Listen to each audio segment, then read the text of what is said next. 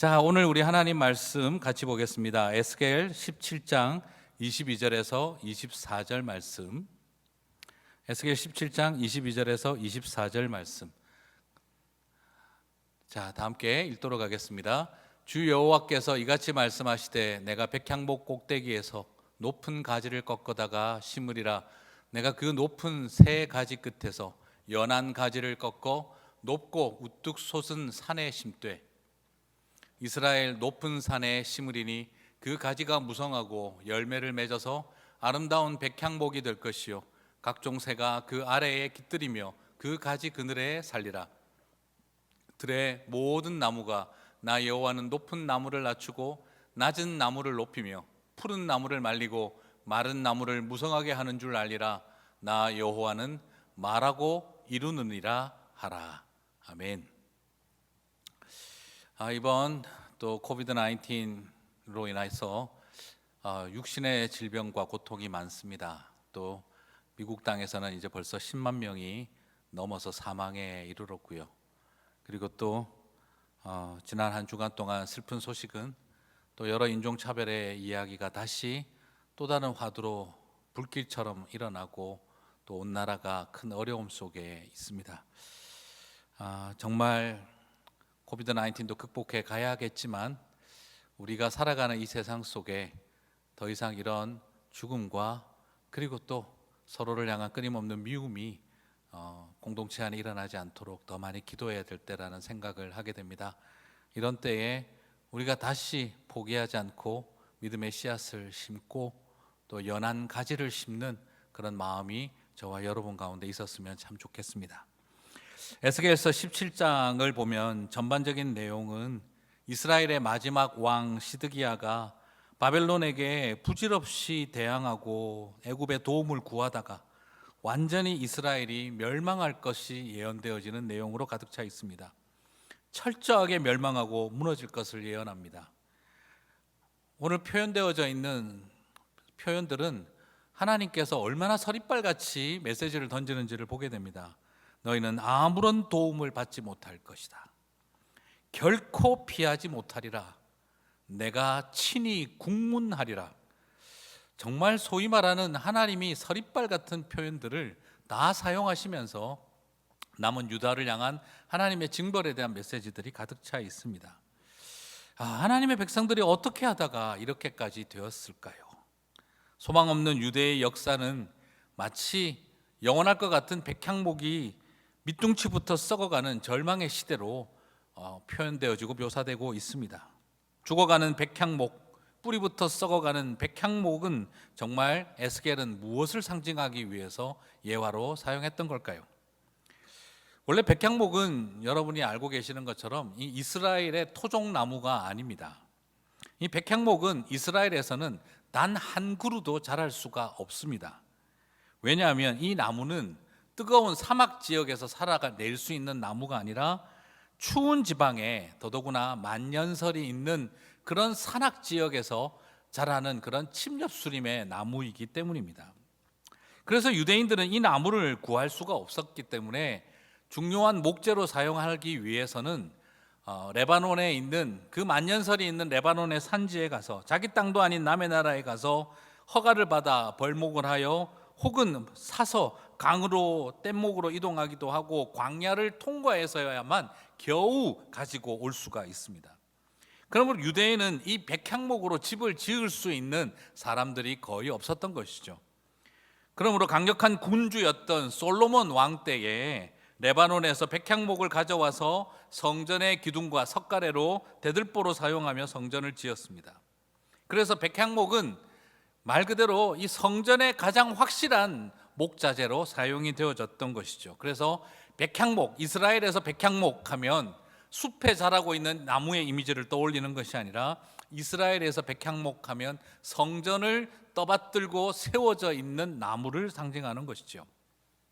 자, 그만큼 만년설에서 살아남는 나무이기 때문에 이 나무는 워낙 단단해서 병충해가 틈타지 못하는 나무였습니다. 그리고 옹이가 없이 곧게 자라서 목재로 쓰기에 너무 좋았던 나무죠. 방충에 뛰어난 나무가 되어서 썩지 않고 오랫동안 그 건축물로서의 견딜 수 있는 힘을 가진 나무였습니다. 자, 그런데 오늘 하나님이 오늘 말씀하시는 거죠. 백향목은 죽어가고 백향목은 썩어가고 그 가지 꼭대기에 연한 새 가지를 취하라 라고 말하고 있는 거죠. 그러므로 이 백향목을 포기하는 이 메시지는 무엇을 상징하는 걸까요? 백향목은 소위 말해서 다윗의 가문을 상징하고 하나님의 백성을 상징하고 있다라고 말할 수 있겠습니다. 그렇다면 이 다윗의 가문과 유다가 이제 소망이 없이 죽어가고 있다는 것을 상징하는 말이 되기도 하죠. 절대 무너지지 않을 줄 알았던 유다의 등불이 꺼지고 다윗의 가문이 끝이 나는 이야기, 백향목이 썩어서 희망이 없어졌다라는 것을 말하고 있습니다. 그리고 또 한편으로는요, 이제 백향목에 소망이 없다는 말은 이 성전의 유대교라고 하는 이스라엘의 종교에 희망이 사라지고 있다는 것과 같은 맥락입니다. 그래서 에스겔은 예언했던 것이죠. 이 성전에서 하나님이 떠나시는 것을, 그리고 끊임없이 수많은 백성들이 바라보았던 것처럼 이제 하나님이 이곳에 계시지 아니하다, 더 이상 이 성전은 더 이상 하나님이 함께 하시는 곳이 아니라는 것을 선언해버린 것과 같습니다. 백향목이 죽었다, 그 말은 성전이 무너졌다, 성전이 부패했다라는 말과 같은 의미였습니다. 나라가 끝이 나고, 유대라고 하는 나라가 끝이 나고, 그리고 성전이라고 하는 이스라엘의 신앙의 근본이 무너져 있다는 것을 상징하는 말입니다. 자, 이 정도면 하나님이 이제 우리를 완전히 포기하셨다, 하나님이 이제 우리를 완전히 버리셨다는 메시지에 더 가깝지 않을까 싶습니다. 그런데 이 서리빨 같은 메시지를 던지신 하나님은 그 다음에 희망의 새순 심기를 다시 시작을 하십니다. 하나님은요, 그 나무를 패목 처리하고요, 불질러 버리고 새 나무 가져와라 말씀하시지 않았습니다. 오히려 하나님은 그 꼭대기에서, 다 죽어버린 소망 없는 나무의 꼭대기에서 연한 새 가지를 꺾어서 심으라고 말씀하고 계신다는 거죠. 자, 이것은 우리에게 어떤 이미지를 던져주고 있습니까?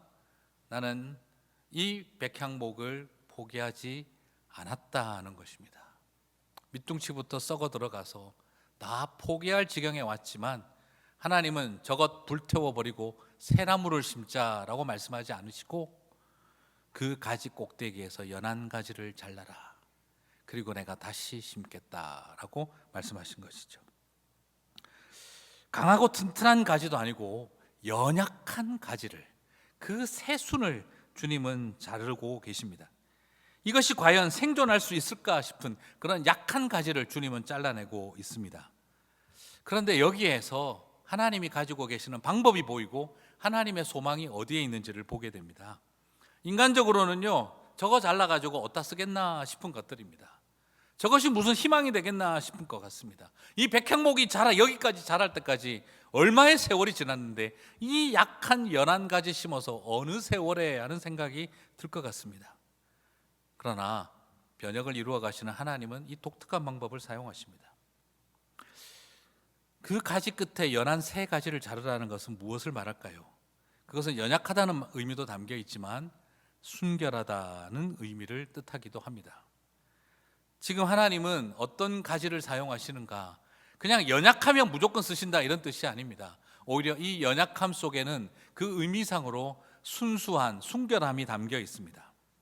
그렇습니다. 하나님은 네가 금그릇인가 은그릇인가 질그릇인가 재질 보고 사용하시는 것을 결정하는 게 아닙니다. 주님은 금그릇이냐 흙그릇이냐 나무그릇이냐를 따지는 것이 아니라 금그릇이든 은그릇이든 질그릇이든 주님은 깨끗한 그릇을 사용하십니다. 그렇습니다. 연한 가지는 연약함을 상징하면서 동시에 순결을 상징합니다. 주님은 지금 어두움의 시대에 모든 것이 절망으로 보이는 패역한 세대 속에서 주님은 무엇을 찾고 계시냐면 순결한 새 연약한 가지들을 찾고 계신다는 겁니다. 얼마나 대단한 능력과 스펙이 있고 지금 얼마나 허우대가 멀쩡한지를 보고 계신 것이 아니라 하나님만 전적으로 의지할 수밖에 없는 연약한 존재들, 그리고 비록 대단한 줄기와 뿌리와 힘을 가지고 있지는 못하지만 순결한 백성들을 주님은 선택하시면서 스스로 회개에 합당한 열매를 맺으며 나오는 백성들을 잘라서 그들을 통해 새로운 백향목을 꿈꾸고 계신다는 것이죠. 내 힘으로 내가 여기까지 해냈다 하는 사람들이 아니라 나는 내 힘으로 아무것도 할 수 없습니다 라고 여기고 있는 그 연약하고 순결한 백성들을 통해 하나님은 당신의 역사를 새롭게 시작하신다는 것입니다. 그런데 오늘 참 놀라운 것은요, 이 연한 가지를 어디에 심는다고 하고 계십니까? 22절과 23절의 하반절과 상반절을 보면은요, 연한 가지를 꺾어 높고 우뚝 솟은 산에 심되 이스라엘 높은 산에 심으리니 하고 있습니다. 여러분, 연한 가지를 심는데 어디에요? 이스라엘의 높은 산에, 빼어난 산에 심겠다라고 하고 있습니다. 왜 하필이면 이스라엘 산에 심는다? 이것이 우리에게 갖는 의미가 뭘까요? 여러분, 여기서 중요한 포인트가 있습니다. 이스라엘의 산은요, 아무리 높아도 백향목이 살 수가 없습니다. 튼튼한 뿌리를 가지고 심어놔도 견뎌낼 수가 없는 것이 백향목입니다. 아무리 백향목이 강하고 그리고 굉장히 생명력이 강한 나무라 하더라도 추운 땅에서 생명력을 가지고 살아남지 사막과 같은 광야 땅에서 살아남을 수가 없는 나무입니다. 백향목은 이스라엘 산에서는 자라지 않습니다.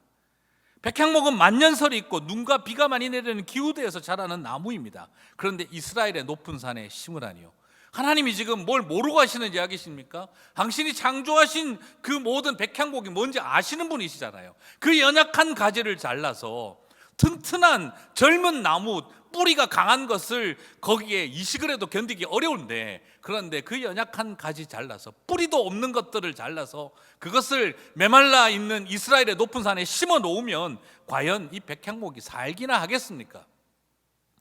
누가 봐도 하나님 이런 척박한 토양에 이런 기후대에 뿌리도 없는 연약한 것을 심어 놓으라는 이야기는 자살행위입니다. 그냥 죽여 놓으시지 뭐 하려고 희망 고문을 시키시며 거기에 심어서 혹시 너가 뭐가 될 줄 아니 하고 갖다 놓으시면 이건 희망 고문이지요. 이건 죽으라는 이야기 아닙니까? 라는 생각이 들 정도입니다. 지혜롭지 못하고 무지막지하고 하나님의 잔인하게 여겨질 만한 상황입니다. 그런데 사랑하는 성도 여러분, 주님은 이 일을 행하십니다. 24절 말씀을 봅니다. 같이 한번 읽었으면 좋겠습니다. 이것이 가능한 이유는 딱 하나입니다. 같이 한번 읽겠습니다. 들의 모든 나무가 나 여호와는 높은 나무를 낮추시고 낮은 나무를 높이며 푸른 나무를 말리고 마른 나무를 무성하게 하는 줄 알리라. 나 여호와는 말하고 이루느니라 하라. 오늘 이 모든 것이 가능한 이유는 딱 하나입니다. 나 여호와는 말하고 이루느니라. 하나님이 이런 연약한 새순을 데리고 하늘을 덮고 새들이 깃들 나무가 되게 하겠다라고 약속하고 계십니다. 뭐하고 똑같습니까?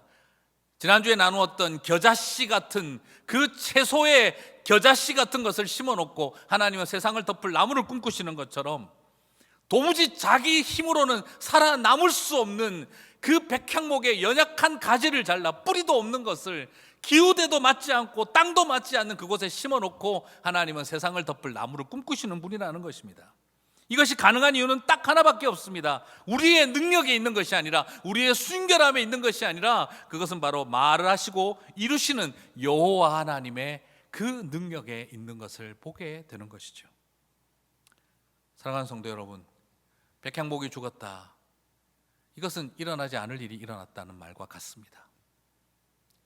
이스라엘의 높은 산에 있던 시온산에 세워진 성전이 있는 그 산, 하나님의 전이 있는 그 산에 그 백향목으로 지어진 집은 절대 병들지도 않고 무너지지도 않을 줄 알았습니다.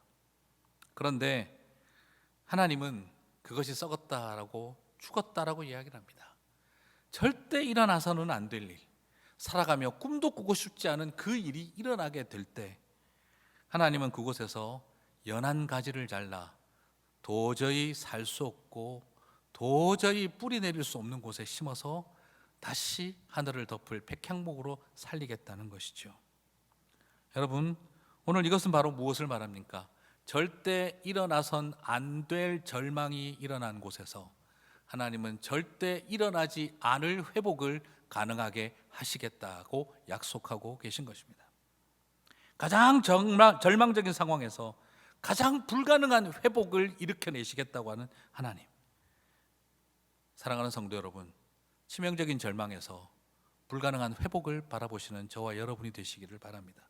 그것이 하나님 하시는 일이신 줄 믿습니다. 사랑하는 성도 여러분, 오늘 이 말씀을 통해 여러분은 무엇을 보십니까? 언젠가 이루어질 막연한 또 다른 희망 고문일까요? 그렇지 않습니다. 이미 이 일은 벌써 우리 안에서 성취되었던 일입니다. 무너지는 유다를 보면서 무너지지 않을 메시아의 왕국을 예언한 것이 담겨져 있습니다. 오늘 이 말씀에 나와 있는 그 위에 연한 가지는 누구를 뜻합니까? 바로 예수 그리스도를 말합니다. 이 땅에 어린아이로 태어나서 태어날 때부터 머리 둘 곳도 없이 말구유에 태어났고, 태어나자마자 살기 위해 애굽으로 도망가야 했고, 그리고 끊임없이 연약함 속에서 과연 메시아가 생존할 수나 있겠나 싶은 그런 시절을 보내며 살아남는 우리의 메시아에 대한 이야기입니다. 그러나 이 땅에 예수님 오셨을 때 분명히 연한 가지였습니다. 그러나 로마의 황제가 다스리고 이스라엘의 종교 권력이 서슬이 시퍼렇게 모든 것을 핍박하고 있던 그 시대에 팔레스타인 촌구석에 더더구나 같은 유대인임에도 이방의 갈릴리로 취급당하고 있는, 이방 땅 갈릴리로 취급당하고 있는 갈릴리에서 온 목수, 더더구나 나사렛에서 무슨 선한 것이 나겠느냐라고 들었던 그 나사렛 출신의 목수인 예수 그리스도를 통해 하나님은 이스라엘의 성전을 무너뜨리고 이스라엘의 성전을 사흘 만에 허물어버리고 다시 새로운 성전을 지으시며 하나님의 통치를 선포하셨습니다. 그리고 다윗의 등불이 꺼진 그곳에서 바로 다윗의 자손 예수 그리스도의 등불은 지금도 꺼지지 않은 채 타오르고 있는 것을 우리들에게 보여주고 있습니다. 사랑하는 성도 여러분, 이 사실을 바라보며 오늘 이 약속은 막연한 희망 고문이 아니라 벌써 한번 성취하신 일이고 재림하시는 그날까지 오늘 우리에게도 주신 또 다른 소망인 줄 믿습니다. 절대 일어나지 않을 줄 알았던 일이 일어났었을 때 우리는 절망하게 됐지요. 그러나 절대 일어나지 않을 줄 알았던 일 속에서도 결코 일어날 것 같지 않은 회복을 일으켜내시는 주님을 바라보시게 되기를 바랍니다. 사랑하는 성도 여러분, 절망만큼이나 기적을 기대할 수 없는 자리에서 주님은 그 기적의 역사들을 우리 가운데 보여주셨고 다시 보여주실 줄 믿습니다. 사랑하는 성도 여러분, 예수님을 통해서 이 땅에 새로운 날들에 대한 소망을 보여주신 것처럼 주님은 또한 저와 여러분을 이 땅 가운데 새 순으로 심으시게 하실 줄 믿습니다. 그래요, 오늘은 성령 강림 주일이잖아요. 그리고 성령 강림 주일은 특별히 어떤 날입니까? 교회의 생일이죠. 성령 강림 주일은 이제 교회가 탄생되어진 모든 교회들이 똑같이 가지고 있는 교회의 시작과 같습니다. 성령 강림 교회가 시작되어진 날, 이런 메시지가 참 죄송스럽기도 하고 부담이 됩니다. 오늘 이 메시지는 우리에게 무엇을 보여주고 있습니까? 백향목이 죽어가던 그곳에서 주님은 연한 새 가지들을 통해 여전히 당신의 교회를 갱신하고 세워 오셨던 것을 오늘 우리들에게 보여주고 있습니다. 이 험한 세상 속에서 출애굽을 시켜내시고 그 연약한 백성들을 이스라엘의 산에 심으셨고, 그리고 또 하나님 예수님을 배신하고 모른다 부정하며 도망다니던 12 제자들, 그 연약한 가지들을 데리고 주님은 다시 이 땅에 교회를 세우셨고, 무너지고 부패한 자리에서 한두 명의 종교 개혁가들이 믿음으로 선포했던 그 이야기들을 통해 하나님은 당신의 다시 새 순과 같은 교회를 시작하셨습니다. 어쩌면 오늘날 이 시대를 살아가며 우리는 또 그런 절망이 있는지 모르겠습니다. 하나님, 지금 백향목이 죽어가고 있는 것은 아닙니까? 그러나 오늘 이 시간 저는 끊임없이 지난 세월 연한 새 가지들을 선택하셔서 이스라엘의 산 위에 심으셔서 절대 살지 못할 것처럼 보인 그 연약한 가지들을 통해 다시 하나님의 백향목을 회복시켜 오셨던 것처럼 주님은 지금도 그리하실 줄 믿습니다. 사랑하는 성도 여러분, 간절한 소망이 있다고 한다면 우리 교회가 그 연한 새 가지가 되었으면 좋겠습니다. 그리고 우리 성도님들이 내 삶의 자리에서 연한 새 가지로 주님이 심어주시기를 믿음으로 축복하고 선포합니다. 결코 쉬운 일 아닙니다. 이를 위해서는 여러분 무엇을 생각해야 합니까? 우리는 마음으로 한 가운데서 결단해야 합니다. 더 이상 허우대 멀쩡한 백향목 살리기에 시간 낭비할 필요 없습니다. 연한 새 가지 붙들고 하나님 앞에 엎드리는 일입니다. 썩은 사과가 가득한 곳에 썩지 않는 사과를 찾으려고 애쓰는 것이 아니라 다시 사과나무를 심는 것부터 시작해야 한다면 우리는 지금 사과나무를 다시 심는 꺾고지 않은 일을 시작해야 합니다. 지도를 보고 읽고 따라가는 것만을 배우는 독도법만 열심히 연구하는 사람들이 아니라 이제 우리는 지도 밖으로 나아가 지도를 만드는 맵 메이커의 역할, 맵 리더의 역할만이 아니라 맵을 만드는 그런 메이커의 역할들을 할 수 있어야 합니다. 그렇습니다. 예수님이 그러셨습니다. 길이 없는 곳에서 길이 되어 주셨고 홍해 바다가 모든 것을 틀어막아 있는 그곳에 주님은 길이 되어 주셨던 것처럼 지도를 읽는 법만을 배운 사람들이 아니라 웨이메이커, 맵메이커가 되어 주신 예수 그리스도를 따라가며 우리도 함께 이 땅 가운데 교회가 가야 할, 성도가 가야 할 새로운 지도를 만들어가는 저와 여러분이 되었으면 좋겠습니다. 새순을 심는다는 건요, 다시 본질로 돌아간다는 겁니다.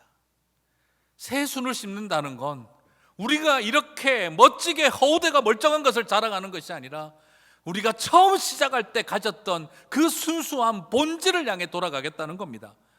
만들어 놓은 껍데기, 우람함, 멋진 것, 우리가 성장했던 역사와 교훈 이런 거 다 내려놓고 정말 이제는 본질만 붙들겠다는 것이 새순을 심는 자들의 마음입니다.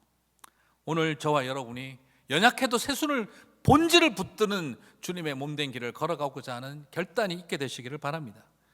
새순으로 심기려면요, 사랑하는 성도 여러분, 잘려나가는 고통을 경험해야 합니다. 척박한 땅에 외롭게 심기워질 준비를 해야 합니다.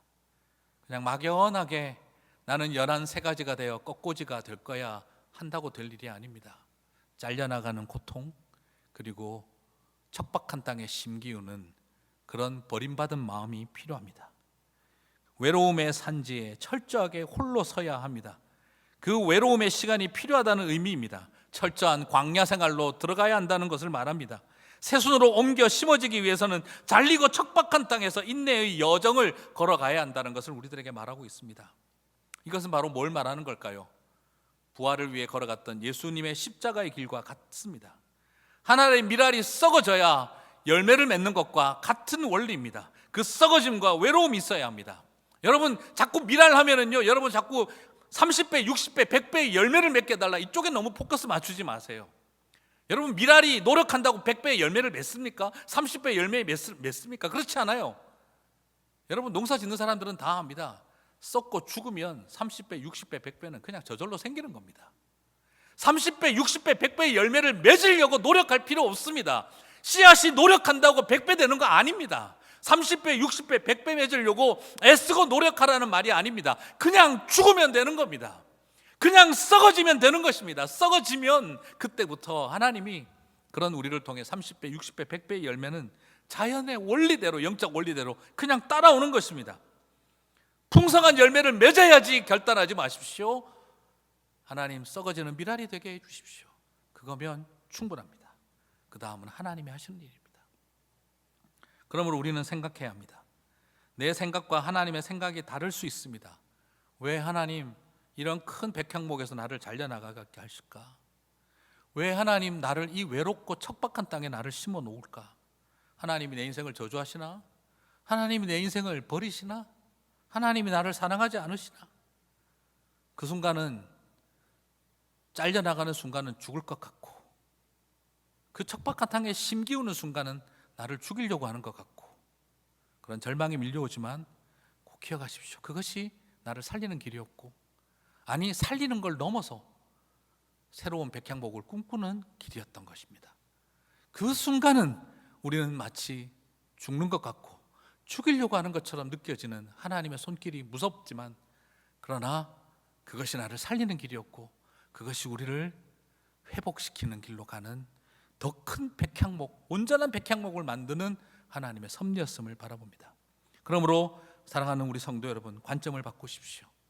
지금 이 잘려나가는 듯한 고통과 척박한 땅에 심기는 이 고통이 결코 저주가 아니라 세상을 덮을 백향목을 만들기 위한 하나님의 계획이 시작되었음을 바라보는 저와 여러분이 되시기를 바랍니다.